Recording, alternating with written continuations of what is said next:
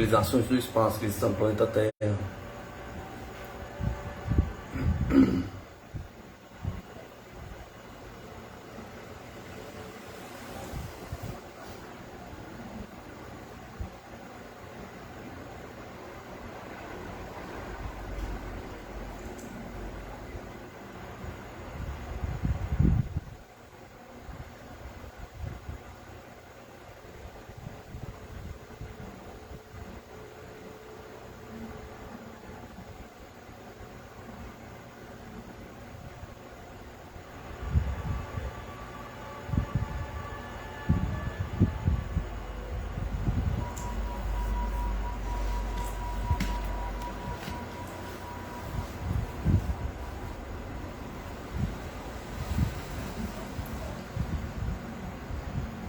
Preparativos para a regressão em hipnose. Havíamos sugerido ao ufólogo gaúcho Luiz de Rosário que nos encaminhasse a CIS, a testemunha, a fim de que se organizasse aqui uma sessão de hipnose. Chegou-nos um aviso de embarque prévio da dita testemunha para o Rio de Janeiro. Essa sua chegada antecipada nos deixou um pouco tempo para o preparo da sessão, porquanto já havíamos assumido outros compromissos. Contudo, as dificuldades encontradas foram todas superadas. O Dr. Cid Filgueiras, hipnólogo, parapsicólogo e dentista, grandemente interessado em ufologia, ofereceu-nos para realizar a sessão à noite na sua residência, a Rua Conde do Bonfim, número 214, apartamento 204, Rio de Janeiro. Esse endereço fica situado, por uma coincidência, próximo ao nosso local de trabalho. O referido hipnólogo exerceu anteriormente a profissão de comandante da aviação civil nesta qualidade, certa ocasião, quando pilotava um avião de São Paulo para o Rio de Janeiro, juntamente com a tripulação e passageiros, teve a oportunidade de avistar um disco voador à altura da ilha de São Sebastião. O disco acompanhou o avião por um trecho apreciável. Esse episódio foi relatado recentemente pelo próprio Dr. Cid aos telespectadores do canal 16 de televisão, domingo, no programa Flávio Cavalcante. O gaúcho retro aludido permaneceu no Rio de Janeiro durante 2 dias e meio, mas teve pouco tempo para descansar e conhecer a cidade. Isso porque à noite Assis ficou ocupado por longo tempo com a regressão em hipnose e durante as tardes em ajuda à desenhista Wilma Romito na confecção dos retratos falados. Nesta ocasião podemos avaliar o grau simples de instrução para a testemunha Assis, devido à sua dificuldade em usar termos para descrever o que havia visto no interior da navezinha, explicar todos os seus passos pormenorizadamente. O nosso gravador de som apresentou defeito, razão pela qual utilizamos a gravação feita pelo Dr. Cid, a qual era de material de muito boa qualidade. A testemunha falava ser certos trechos em voz muito baixa, o que dificultou a compreensão, captação das suas palavras na fita gravada. Além do fato de que alguns trechos eram pronunciados num jargão sulista. Entretanto, esses problemas foram resolvidos pelo Dr. Cid com a sua apurada audição e pelo gaúcho Luiz do Rosário, que elucidou para as suas expressões gaúchas sui generis. Deixamos de transcrever tanto a indicação quanto a final. Deixamos de transcrever tanto a indução quanto o final da sessão. Apresentamos ao leitor apenas a parte essencial da regressão hipnótica, para que julgue alguns aspectos da personalidade da testemunha e de sua sinceridade, da veracidade do relato, uma vez que aquilo que ele declarou em consciência coincidiu aproximadamente em 99% com o relato em estado hipnótico. O Dr. Cid insistiu no relax total da testemunha. O trânsito foi profundo, tornando-se possível serem vencidas certas barreiras da sua mente, de modo a fazer a testemunha relatar trecho importante do diálogo, uma espécie de namoro mantido com os ufonautas. Trecho este que talvez se possa justificar por meio de uma das duas seguintes hipóteses: a, pela demora real do tempo terrestre da testemunha no disco voador durante 1 hora e 15 minutos aproximadamente. A testemunha não teria percebido isso pelo fato de ter desenvolvido uma conversa agradável com os tripulantes. B, pela demora como contração do tempo, de acordo com a teoria da relatividade de Einstein, tendo em vista a velocidade vertiginosa eventualmente empregada pelo disco voador em seu voo com a testemunha no seu bojo. Segundo a relatividade, o tempo se passa diferentemente para um viajante em altas velocidades em relação aos que estão parados na Terra. Para nós, o tempo real medido no relógio foi um intervalo de aproximadamente 1 hora e 15 minutos. Entretanto, para a testemunha, o tempo foi contraído para cerca de uns 10 minutos, como consequência da alta velocidade em que teria viajado no disco voador. Cremos que a nossa falta de habilidade específica tenha talvez prejudicado a regressão em algumas das perguntas por nós formuladas à testemunha, ora usando um tom sugestivo em demasia, ora de maneira precipitada. Porém, isto em absoluto não chegou a compreender o resultado global da experiência. Contudo, achamos esplêndido o resultado produzido pelo hipnólogo Dr. Cid Filgueiras, cabendo mesmo assim ao leitor tirar suas próprias conclusões. Observação: para não prejudicarmos a finalidade da testemunha, conforme nosso costume, evitamos alterá-las colocando apenas sinais de pontuação nos trechos em que ela cessava de falar ou quando a voz se tornava inaudível. Colocamos algumas vezes entre parênteses, vocábulos, sílabas ou letras suprimidas pela testemunha, mas necessárias para a melhor compreensão do sentido do texto.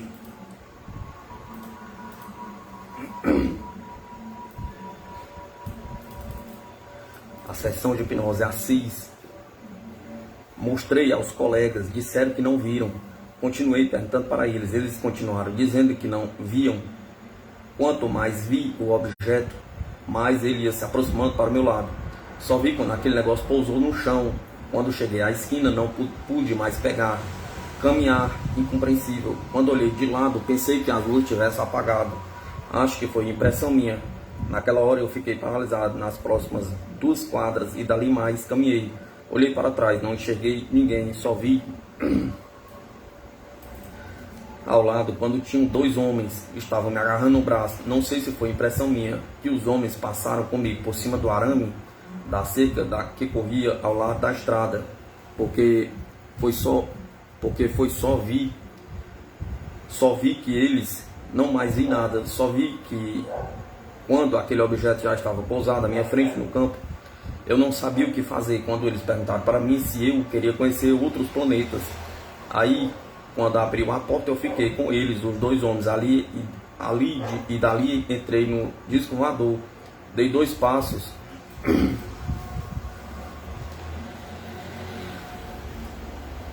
Dei 2 passos para dentro do próprio disco voador. Eu percebi que tinha dentro do disco voador uma loira e uma morena. A loira se levantou e veio na direção minha.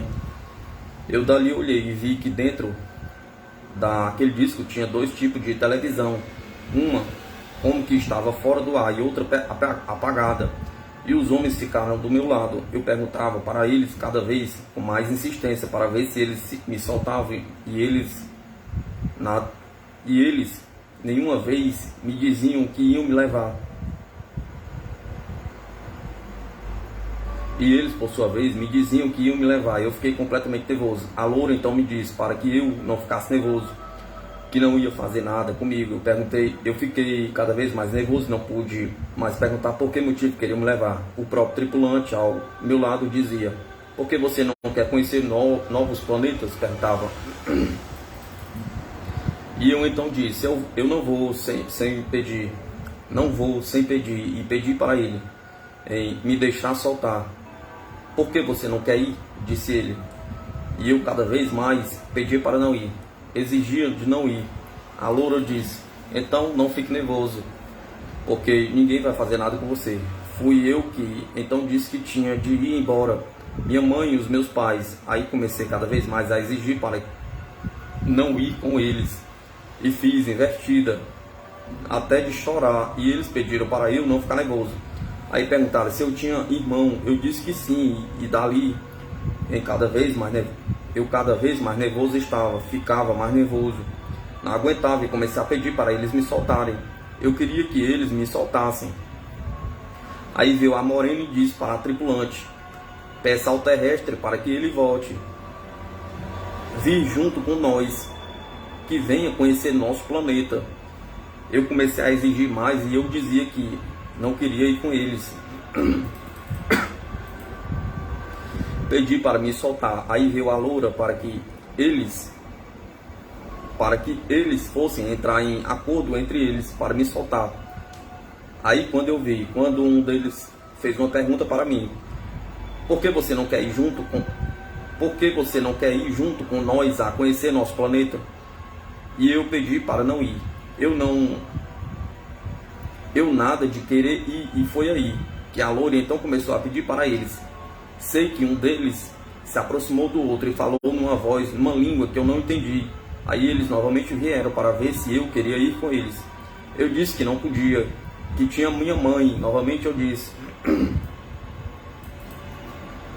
Aí a loura então entrou em acordo e pediu para eles nós entrarem e pediu para que eles entrassem novamente em acordo. Quando entraram em acordo, ele falou: você pode ir embora porque você está liberado, está libertado. Quando eu olhei ali o homem que estava com uma mão para trás, não sei se estava com mão na porta do disco voador ou o que era por que ele estava ao lado da porta.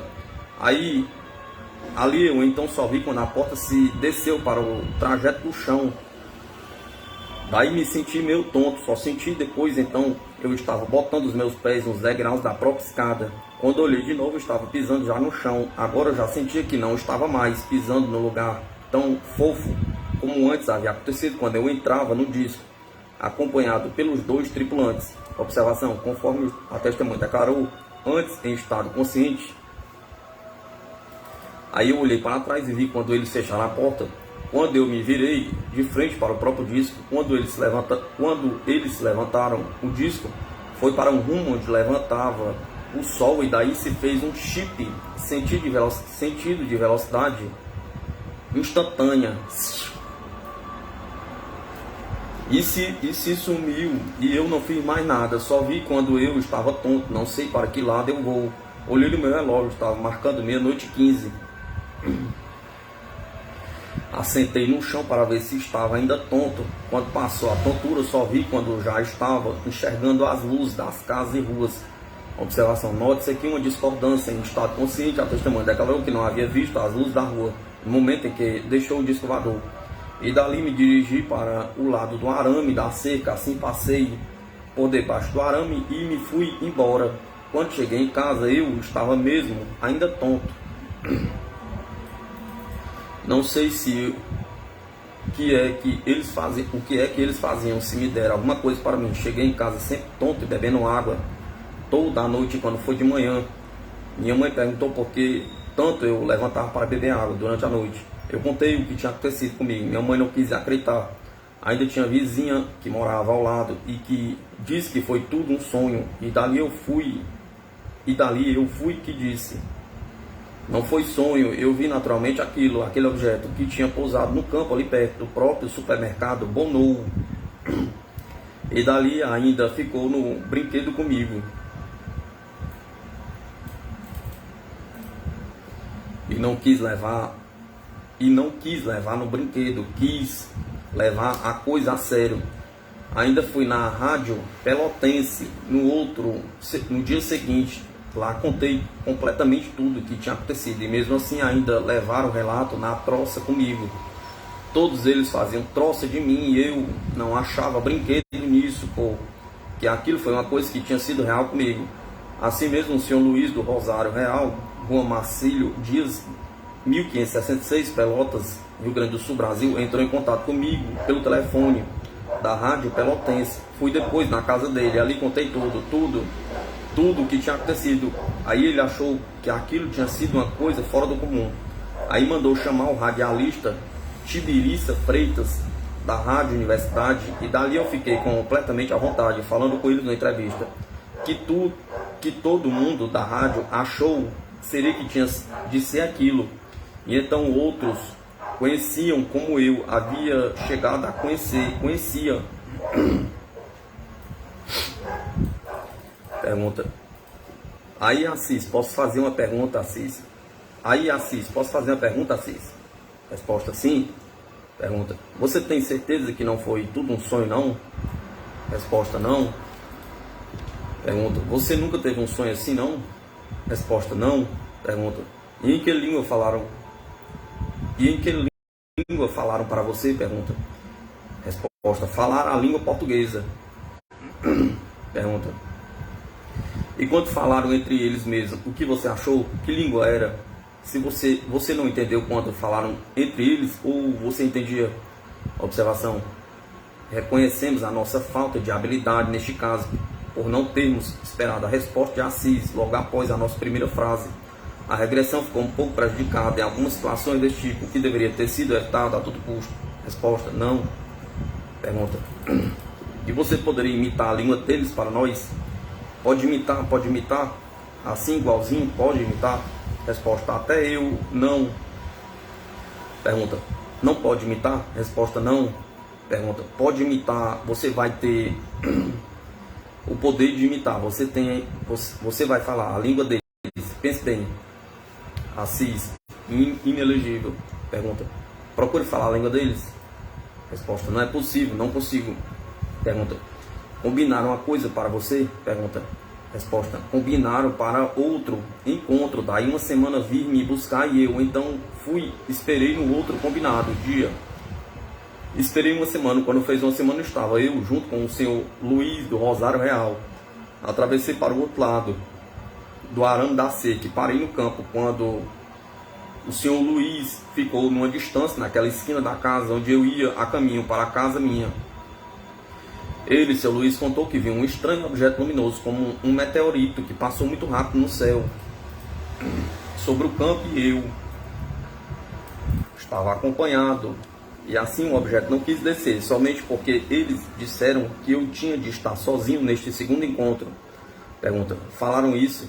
Resposta: falaram, e dali eu notei também que aquilo estava se aproximando, mas assim mesmo pensei que tinha de ficar eu mesmo sozinho, não acompanhado, com esses amigos que tinham ido comigo. Pergunta: você podia entrar em contato com eles ainda? Você podia entrar em contato com eles ainda para saber se podem marcar, fazer outro encontro com você?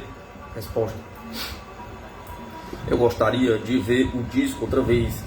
Se eles viessem para mim fazer um novo contato com eles. Pergunta: você pode pensar fortemente neles? Fazer que respondam por sua voz a nós. Nós queremos saber se eles podem atender você para estabelecer um novo contato. Procure se concentrar, pensar neles, na mulher. Qual das duas é que você achou melhor? Resposta: eu achei que fosse a loira. Pergunta: hein? Resposta: eu achei que fosse a loira, porque ela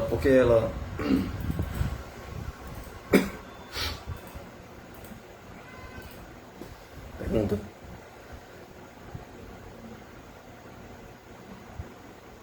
por que a loira? Que ela responda a nós pela voz de você. Pense na loira. Sabe o nome dela? Resposta: não, porque esqueci de perguntar. Pergunta: você viu a loira? Resposta: vi. Pergunta: você amanhã vai fazer um desenho dela? Resposta: vou.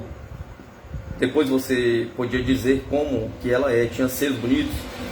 Resposta: sim. Ela tinha um seio como se fosse uma índia, a coisa mais linda. Pergunta: e o nariz dela? Resposta: é um narizinho feito como nós mesmos temos. Pergunta: e as sobrancelhas? Resposta: como a própria loira, quando, como sempre, tem aquela sobrancelha linda. Pergunta: e os olhos? Resposta: como japonesa. Pergunta: e a cor dos olhos? Resposta: castanhos. Pergunta: e a loira? E ela uma loira clara? Resposta: os olhos eram como de uma loira que a gente sempre vê. A pele ruiva não, como loira mesmo. Pergunta: com sardas? Resposta: a pele bem lisinha, como a gente vê loiras por aí. Pergunta: e a roupa dela? Resposta: a roupa cor de gelo, assim com botinhas cor de gelo, uma capa assim por cima que tapava todo o ombro. Pergunta: e ela era cheia de corpo? Resposta: corpo parelho, como essas morenas divinas, essas morenas lindas. Pergunta: e o que tinha mais nela? Preste bem atenção, o que tinha mais nela? Resposta: tinha um cinturão nas próprias pantanolas dela. Pergunta: e o que tinha mais nela? Resposta: tinha um capacete que tapava, sobressalente,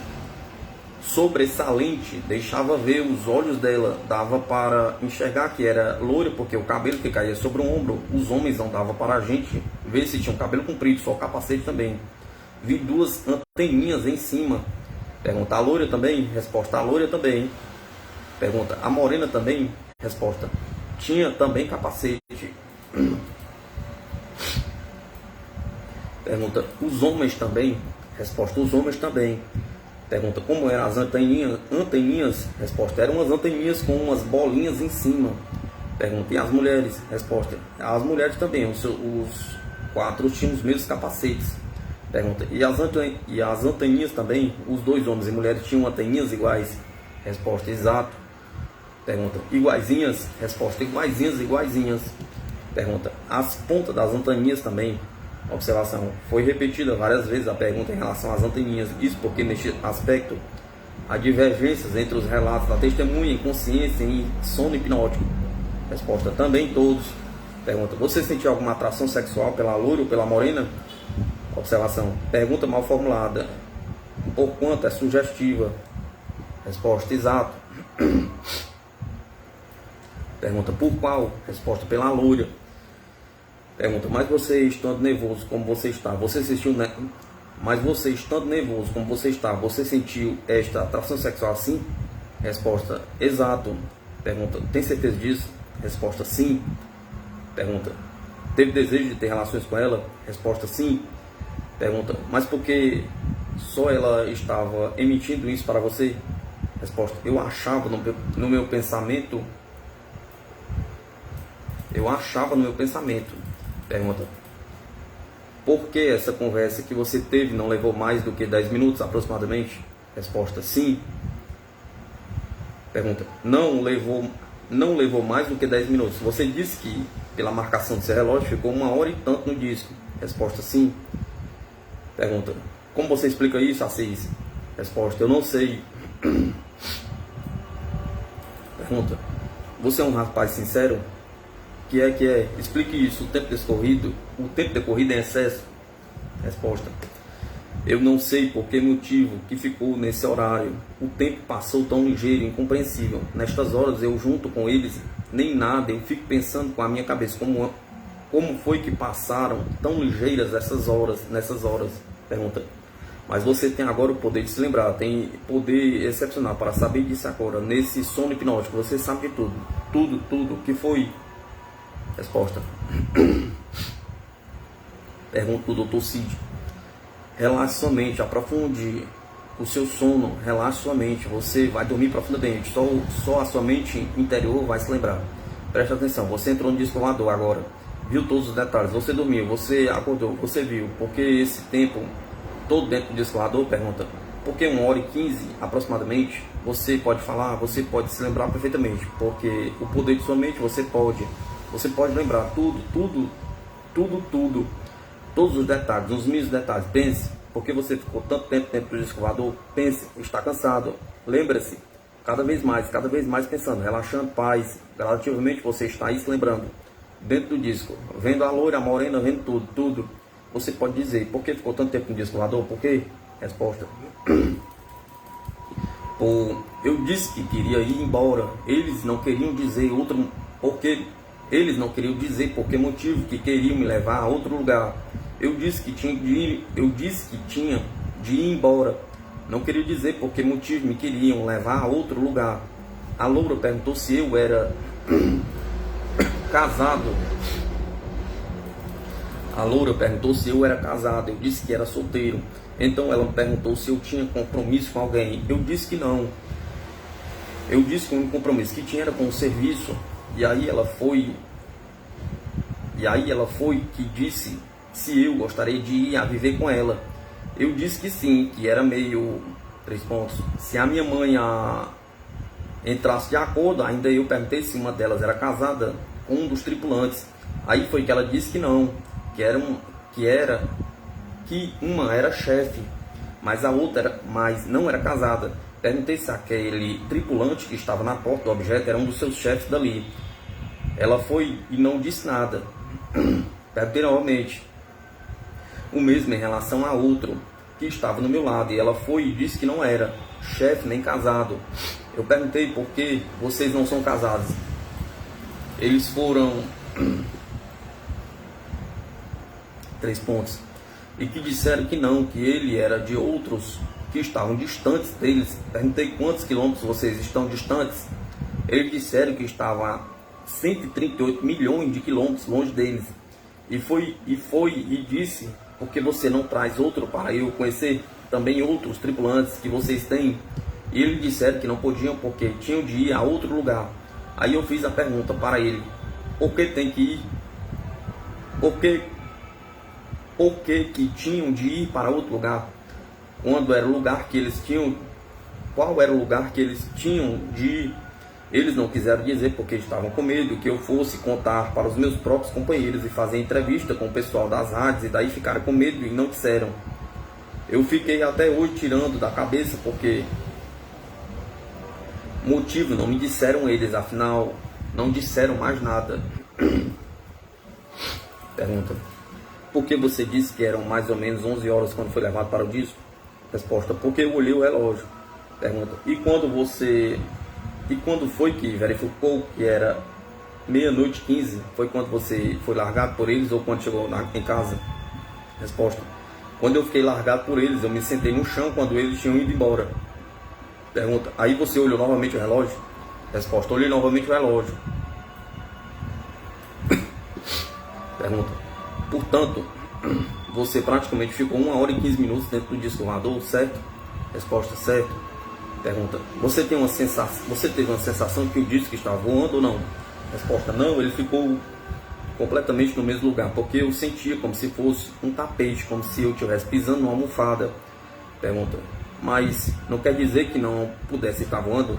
Resposta: não. Pergunta: você viu alguma imagem através da janela, alguma paisagem? Resposta: não.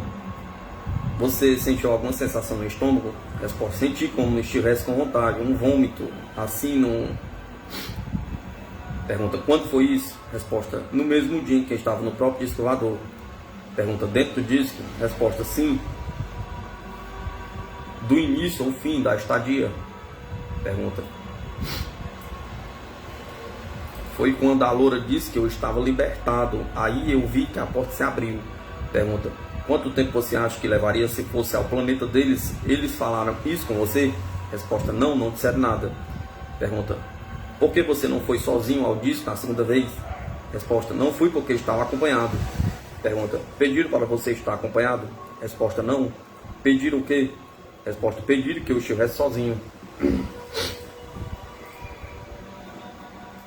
Pergunta: por que você não foi sozinho? Resposta: porque eu pensei que se eu estivesse sozinho eles viessem no mesmo lugar que eu estava, onde eles me pegaram.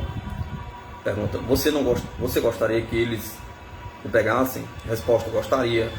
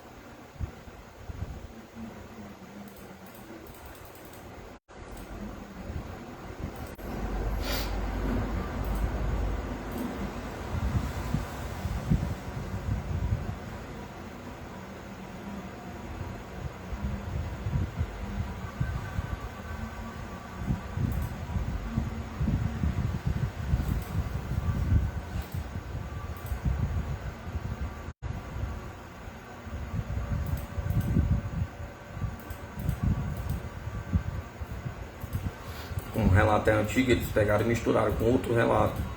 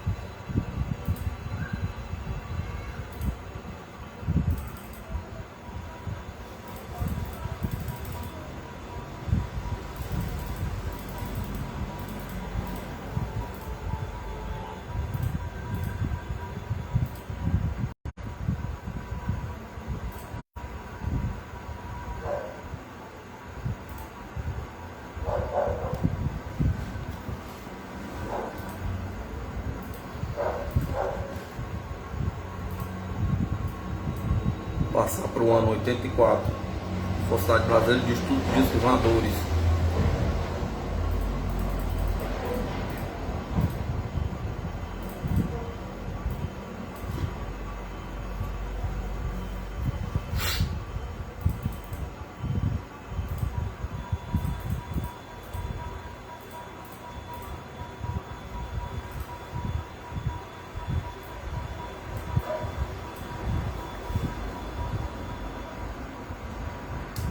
A edição especial da Sociedade Brasileira de Discos Voadores tem a finalidade de proporcionar a atualização do assunto extraterrestre do setor.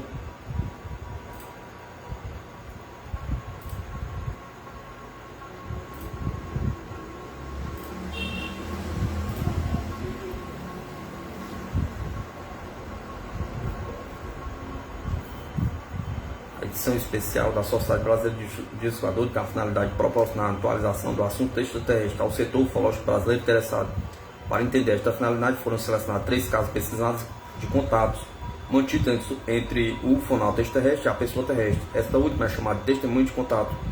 Esses 3 casos ocorreram nas cidades distantes. Um foi na cidade de Mirassol, situada ao norte do estado de São Paulo. O outro na cidade de Chapecó, no estado de Santa Catarina. O terceiro no bairro de Joaquim Murtinho, na cidade mineira de Congonhas do Campo. Os casos em pauta foram pesquisados por 3 entidades ufológicas distintas. O caso de Mirassol, pelo casal de professores Ney, Matiel Pires e Maria de Lourdes, juntamente com seus filhos. O caso de Chapecó, sediado a Sociedade Brasileira, sediado no Rio de Janeiro. E o terceiro caso por Úvio Brant Aleixo, professor de Psicologia e presidente da CISOAME, sediado em Belo Horizonte, Minas Gerais. A família Matiel Pires acompanhou e documentou o caso de Mirassol ao longo de 5 anos. O caso engloba vários contatos com o grupo de extraterrestres, compondo-se de duas mais tarde de 3 raças. A testemunha ACF, Antônio Carlos Ferreira, operário semi-analfabeto desde 1979, manteve vários contatos com os extraterrestres. E alguns desses contatos ele tinha vaga lembrança, outros estavam envoltos por amnésia, perda de memória. Esses, felizmente, a pesquisa pelo grupo ufológico local consegue contornar através da regressão da testemunha e sono hipnótico ao episódio ufológico. Ao longo desses 5 anos foram processadas na testemunha umas 5 regressões hipnóticas. No ano de 1984, no mês de junho, os contatos da testemunha ACF culminaram com a espetacular viagem à base extraterrestre. Esta base, contudo, faz crer está situada na Lua terrestre ou em um astro do espaço muito semelhante, já que a NASA até hoje sempre tem desmentido a realidade da atividade extraterrestre na Lua terrestre. Entretanto, tudo só veio à tona após interrogatório da testemunha e sono hipnótico, já que o episódio ufológico estava soterrado por hiato de amnésia, lacunas de memória. Assim, a quinta regressão da testemunha com referência a esta excursão forneceu então várias peças para o jogo de quebra-cabeça extraterrestre. Também conseguiu interromper melhor trechos da regressão de contatos anteriores e espera explicações mais pormenorizadas. Ainda nesse contato com os extraterrestres, a testemunha foi mais uma vez apresentada à sua filha extraterrestre, desta vez a ACF. A testemunha, por seu pai, demonstrou vivo interesse pela filha que chegara a reencontrar. Ela morfologicamente é diferente do pai em pequenos traços, porém muito inteligente, conforme parece a testemunha. Cabe esclarecer que a CF, a testemunha, logo no primeiro sequestro pelos ufonautas no ano de 1979, quando de noite estava ocupado com guarda noturno de fábrica em construção, fora levado à nave extraterrestre. Lá, a AFC foi forçada a miscigenar com extraterrestre de aspecto morfológico humanoide, algo diferente de ser terrestre. Assim, temos o conhecimento de pelo menos 6 casos destes de miscigenação na ufologia brasileira, a começar com o caso da testemunha Antônio Vilas Boas, pesquisado e publicado pela SBEDV do Brasil. A revista inglesa Flying Saucer Review mais tarde também publicou esse caso. Iniciou-se assim a moderna era de aceitação oficial de contatos entre extraterrestres e terrestres.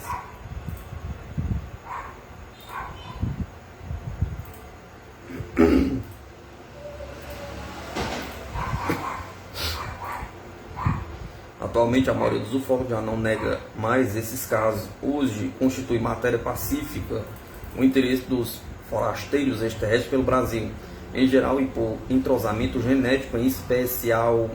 Esse é o problema deveras interessante para os estudiosos, e possivelmente e pessoalmente compartilhamos desse fato vivamente, seja como editor do boletim, seja como ex-forasteiro. Já faz meio século que aportamos aqui e em momento algum essa mudança nos causou arrependimento.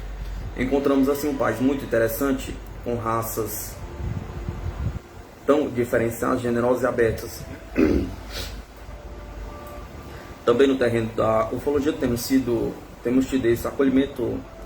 Tomemos, por exemplo, a família Ney e Matiel Pires. Pais e filhos diligentemente registraram todos os detalhes ligados aos diversos contatos sustentados entre a ACF e os extraterrestres. Fizeram os relatos da testemunha secundária da descida do disco voador e mais os relatos de interferências eletromagnéticas nos arredores vizinhos do evento ufológico, fora medições de magnetismo induzido pelos extraterrestres em estrutura terrestre de aço.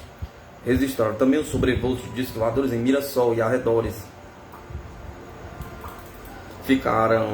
Verificaram principalmente as datas de ACF sustentavam seus contatos com os extraterrestres. Cabe lembrar novamente que quando a ACF recordava-se de maneira incompleta dos fatos ocorridos, eles eram completamente por longas e repetidas sessões de regressão da testemunha e sono hipnótico. Sendo assim, não nos causou espanto quando finalmente a ufologia estrangeira também iniciou o seu interesse pelo caso de Mirassol. Afinal, trata-se de um caso estudado e pesquisado com grande afinco, perfeição durante um bom espaço de tempo. Hoje o caso de Mirassol é objeto de versão em livro estrangeiro, talvez seja também editado livro no Brasil sobre esse caso. Esta é a razão pela qual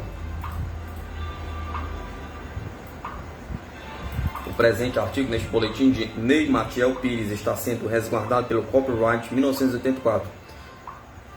Fato que deve ser plenamente compreendido e respeitado pelos ufólogos, sejam eles nacionais ou estrangeiros, ainda como complemento para melhor evidenciar uma das facetas do interesse dos extraterrestres pela nossa terra. Fazemos publicar aqui em seguida o artigo de Ney, a segunda parte do relato e pesquisa do caso de Antônio Nelson Tasca. Como já sabemos, Antônio Nelson Tasca constitui uma testemunha de contato com extraterrestres na cidade de Chapecó, e foi a essa testemunha que os extraterrestres transmitiram graves advertências aos terráqueos e os seus governos. Queremos ainda aqui fazer uso desta mesma advertência como pano de fundo daquilo que representa para a Terra a presença destas entidades extraterrestres. Procuramos explicar o motivo de suas visitas e suas eventuais ações. Sabemos que tudo depende do caminho que a própria humanidade deseja seguir. No entanto, no momento esse caminho parece ser o da autodestruição da atual civilização terrestre.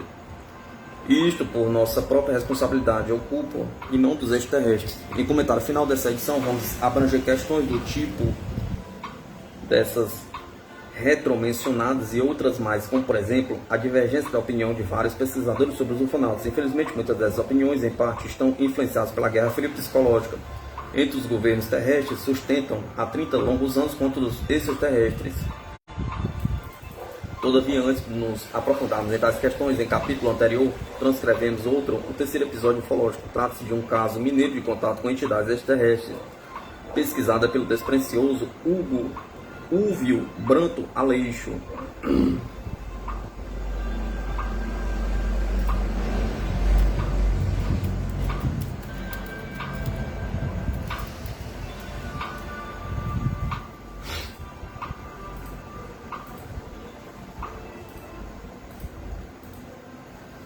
E publicado por jornais. Sabemos ser esse pesquisador brasileiro experimentado, conciso, sólido e metódico. Nesse relato vamos nos deparar algumas das qualidades e possibilidades avantajadas dos extraterrestres, seja da técnica cósmica, seja no terreno de suas possibilidades parapsicológicas. O certo é que o assunto vai despertar grande interesse em ufólogos e leigos, inimigos e amigos dos extraterrestres. Entre os psicólogos e parapsicólogos, estes últimos, esdrúxulas e paradoxas sugestões, algumas chegaram a interpretar como mero apêndice parapsicológico o vasto campo da ufologia extraterrestre, quando não pior, os fenômenos ufológicos eram considerados como simples projeções da mente humana, senão sucedendo a fenômeno de miragem. Fazemos votos que a pesquisa ufológica em geral, que a do psicólogo professor Úvio Branto Aleixo em especial, seja pela pesquisa terrestre, seja por comunicação direta com os ufonautas, consiga alcançar nestes terrenos muito mais do que foi vedado em séculos aos parapsicólogos.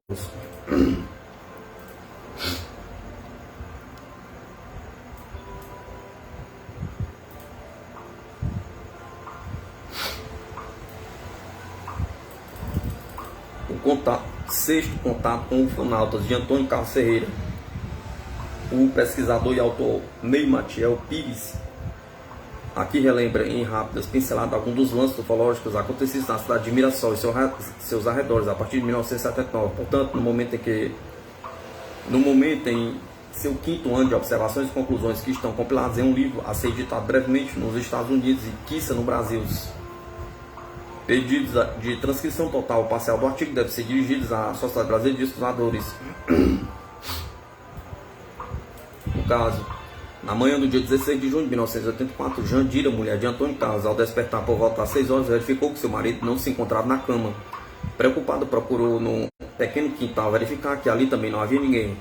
Nem seu pai, nem sua mãe, que moravam na casa da frente, tinham notícia do genro.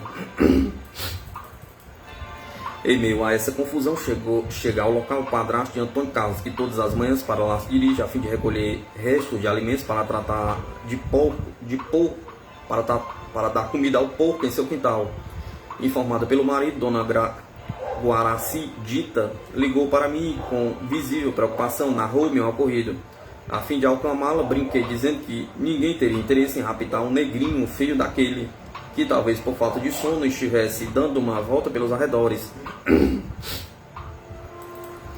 Embora curioso, não fui até o local, pois tenho por norma não mostrar interesse pelo fato, evitando assim que as testemunhas, na tentativa de agradar, modifiquem a história, acrescentando coisas que na realidade não ocorrem.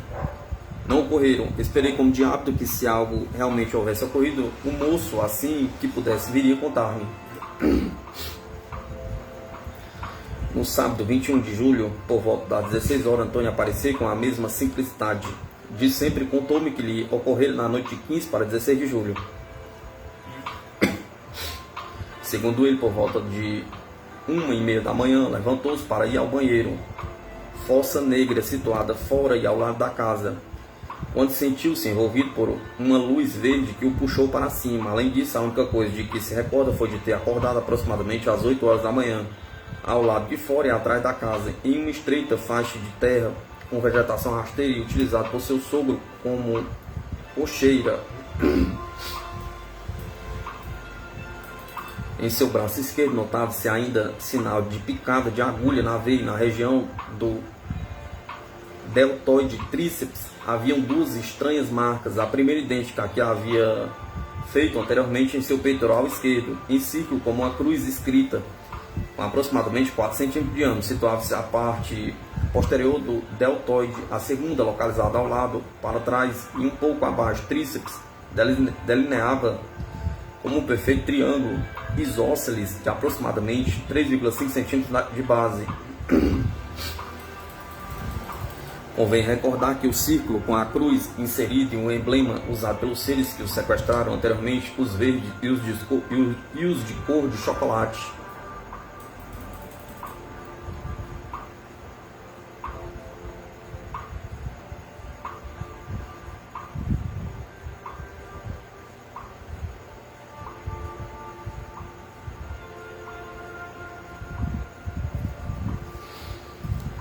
Entre o instante do sequestro, do qual Antônio tinha plena consciência, até o momento em que despertou, existe um nebuloso tempo de aproximadamente 7 horas, da qual o moço não tem a mínima ideia. Esse período de parcial amnésia foi o suficiente para que, em contato com o Dr. Walter Karl Burler, resolvemos recorrer mais uma vez aos bons serviços do parapsicólogo Álvaro Fernandes para, através de mais uma regressão de memória, tentarmos retirar novamente a névoa que pairava na mente do jovem. Em São José do Rio Preto, no dia 29 de junho, na hora combinada, às 10 horas, no Instituto de Parapsicologia, lá estávamos nós com as máquinas gravadoras, etc., prontos para investir e dissipar as brumas do inconsciente de Antônio e tentarmos mais uma vez vislumbrar a verdade do inextrincável fenômeno UFO. O parapsicólogo Álvaro Fernandes, como de hábito, não teve a menor dificuldade em induzir a testemunha ao transe hipnótico e, após acalmá-lo, ordenou-lhe que viesse a responder às nossas perguntas na presença de Walter e Vilma Bullen, meu filho Lorney. Após mais de 3 centenas de perguntas, passamos a conhecer toda a aventura, cuja hipnose narramos a seguir com o título de Uma Viagem à Lua. Na noite do episódio, quando se dirigia ao banheiro, Antônio Carlos foi rapidamente transportado para o interior de uma nave por uma luz de cor verde, da mesma forma que já ocorreu anteriormente no quarto contato.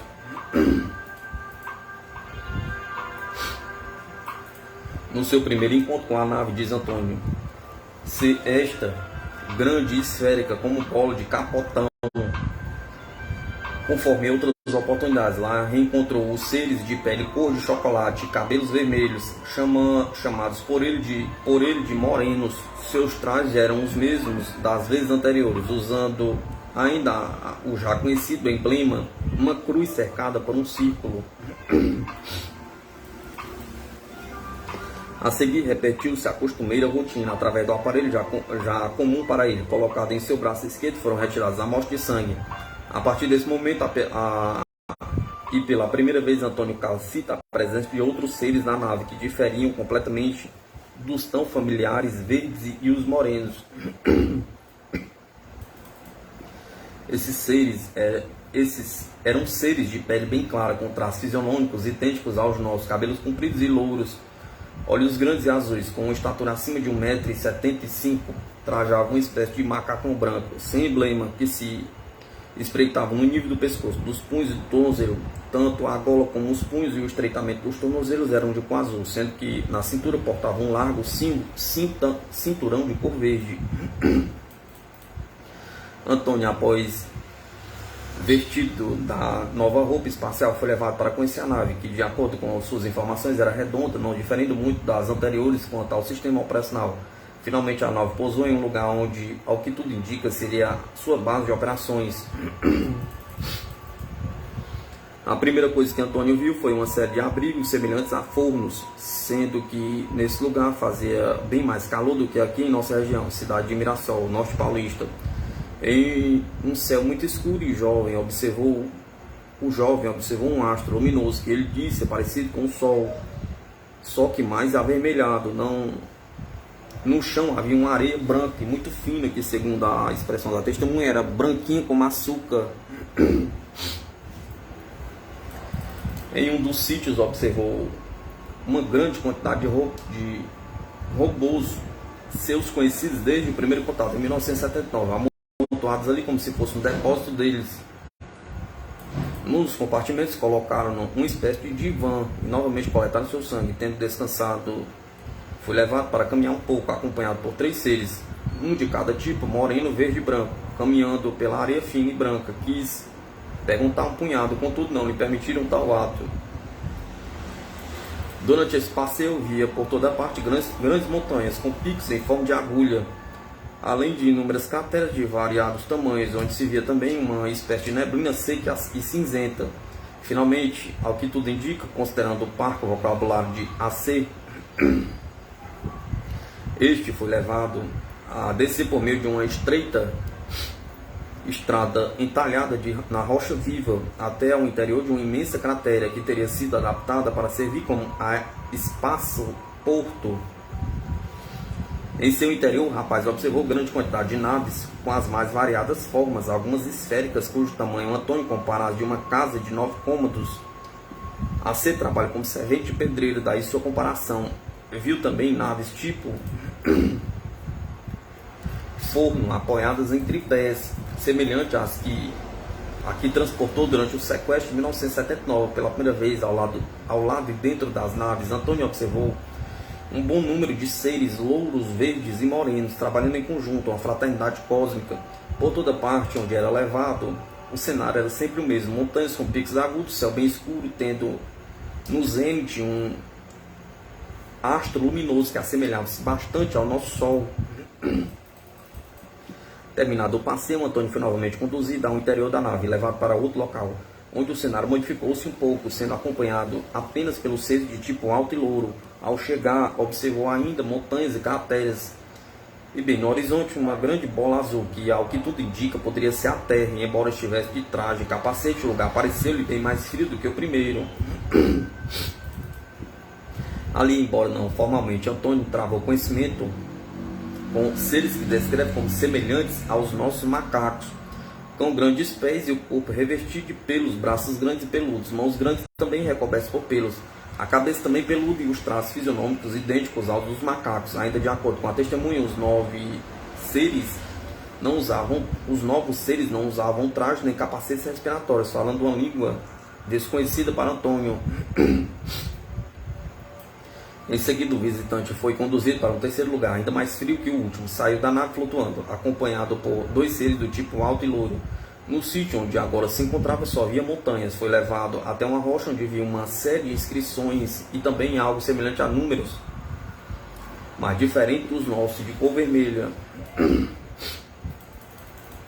Viu também um grande mapa de cor azul, sendo que tanto as letras como o mapa estavam cincelados na rocha. Tudo isso foi observado por Antônio enquanto flutuava acima da superfície, em função do traje que usava. A seguir foi levado a ver outra pedra, onde figurava uma nítida gravação, o emblema dos verdes e os morenos, tendo ao lado outra, onde aparecia um triângulo isósceles. Logo após foi recolocado na nave, retornando à base primitiva. Lá levaram para um abrigo em forma de forno e reproduziram em seu braço esquerdo as marcas que ele havia visto na rocha: círculo com cruz e triângulo isósceles. No mesmo braço injetaram ainda um certo líquido branco e outra amostra de sangue foi retirada. Após a coleta, foi novamente levado para uma volta pelos arredores, onde teve a oportunidade de observar algo semelhante aos nossos caranguejos. Contudo, diz ele que possuíam pelos ou algo semelhante a pelos. Vendo que se movimentavam de um lado para o outro, o moço AC perguntou que bichos eram aqueles. Disseram que não eram bichos e mandaram que pegasse um. Antônio pegou um e disse que era frio como gelo. Então foi informado que onde os discos voadores aterrizavam, seus tripulantes saltavam 2 ou 3 daqueles pequeninos seres, conforme já haviam feito na matinha da fazenda Campo, na cidade de Mirassol, quando lá desceram. No seu linguajar, Antônio não é muito preciso e nem poderia ser devido à sua precária cultura, mas da forma como explicou tudo, parece ser aquilo que viu uma espécie de observador e transmissor que, ao cumprir sua missão de se autodestrói.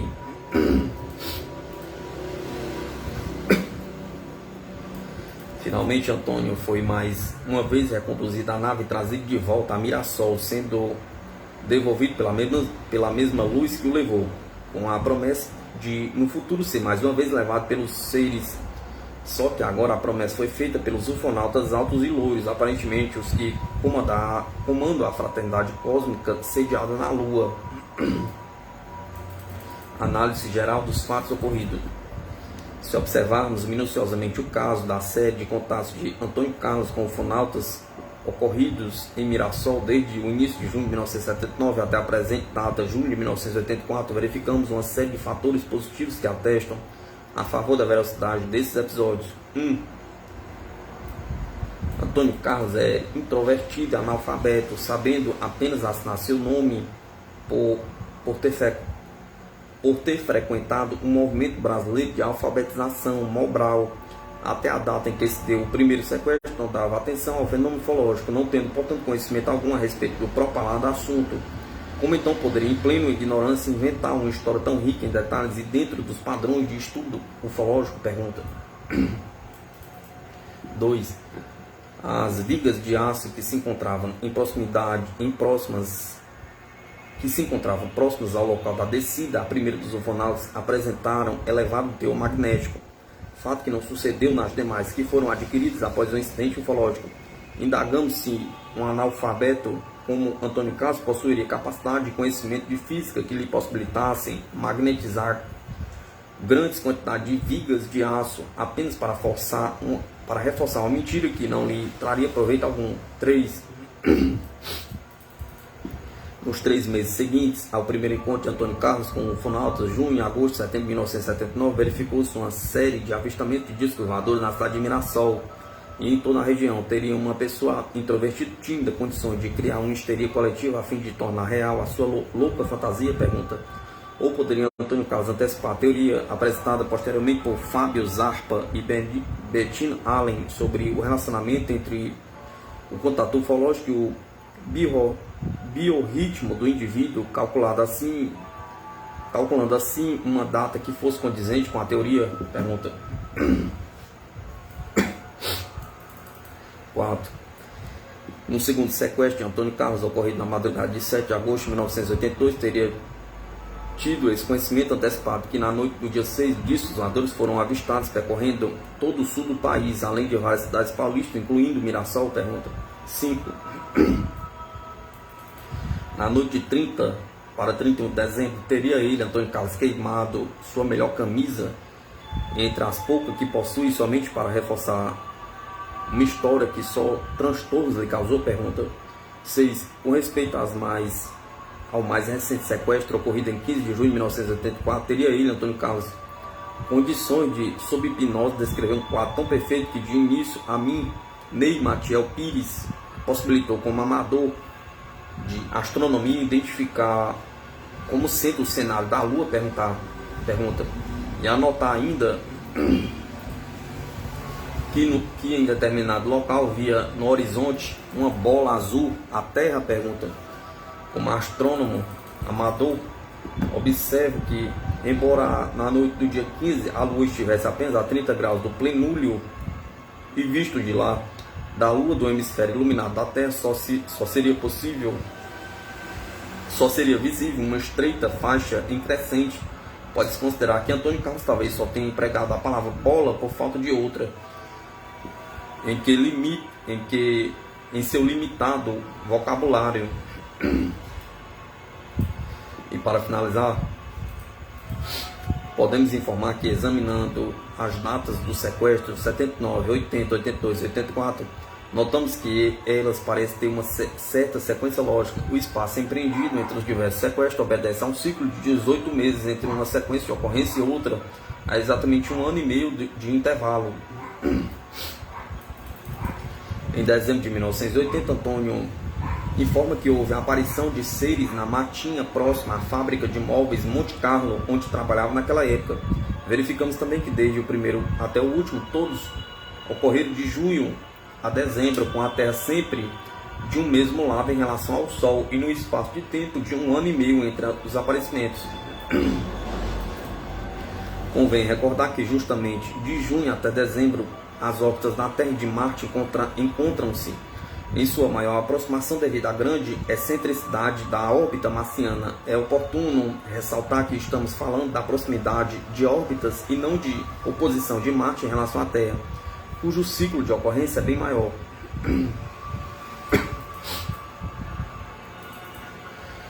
Se esse período cíclico de 18 meses não passa de simples acaso, podemos prever que até dezembro de 1984 poderá haver mais um ou dois contatos e que o próximo será em 1986, se considerarmos ainda que o fenômeno só ocorre no período de junho e dezembro. Obedecendo assim a um ciclo de 18 meses, pode-se prever mais uma vez que o próximo contato depois de 1984 só se dará em junho de 1986, com a Terra do lado mais adequado para eles.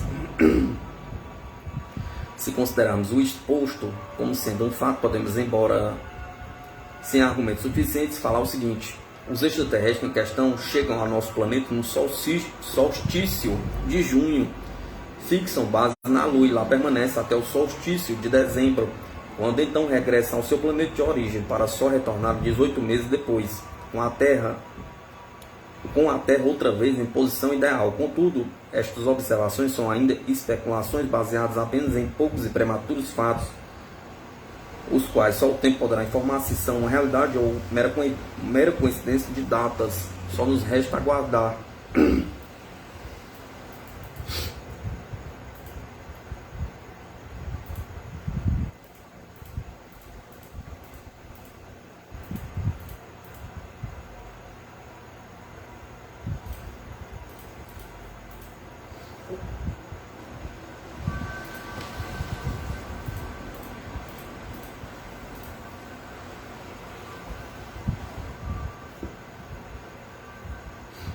A sessão de hipnose dele é enorme. Eu vou fazer outro vídeo para colocar. Civilizações do espaço visitando o planeta Terra.